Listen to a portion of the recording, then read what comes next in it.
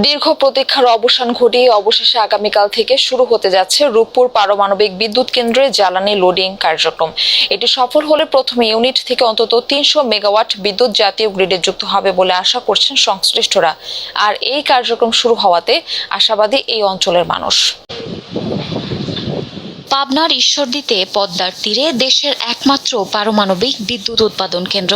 দীর্ঘ প্রতীক্ষার অবসান ঘটিয়ে আগামীকাল থেকে বিদ্যুৎ কেন্দ্রটিতে শুরু হতে যাচ্ছে জ্বালানি লোডিং কার্যক্রম।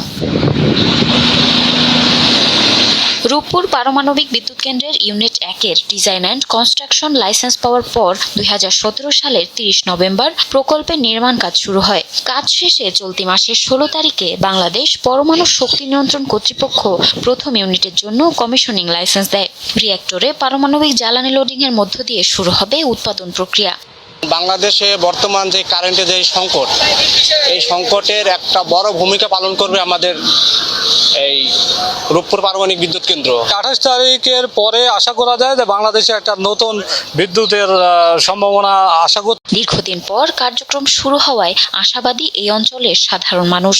বিদ্যুৎ উৎপাদন শুরু হলে সামগ্রিকভাবে মানুষের ভোগান্তি কমবে, এমনটাই প্রত্যাশা তাদের।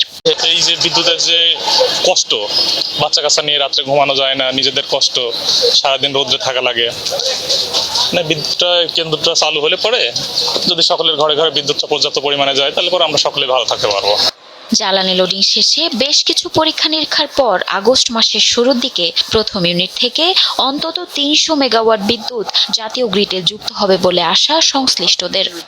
রাশিয়ান ফেডারেশনের স্টেট অ্যাটমিক এনার্জি কর্পোরেশনের কারিগরি সহায়তায় ও বাংলাদেশ পরমাণু শক্তি কমিশনের অধীনে এ পর্যন্ত ২টি ইউনিট নির্মাণ করা হয়েছে। পূর্ণাঙ্গ কার্যক্রম শেষে এই ২টি ইউনিট থেকে উৎপাদন হবে ১২০০ মেগাওয়াট বিদ্যুৎ।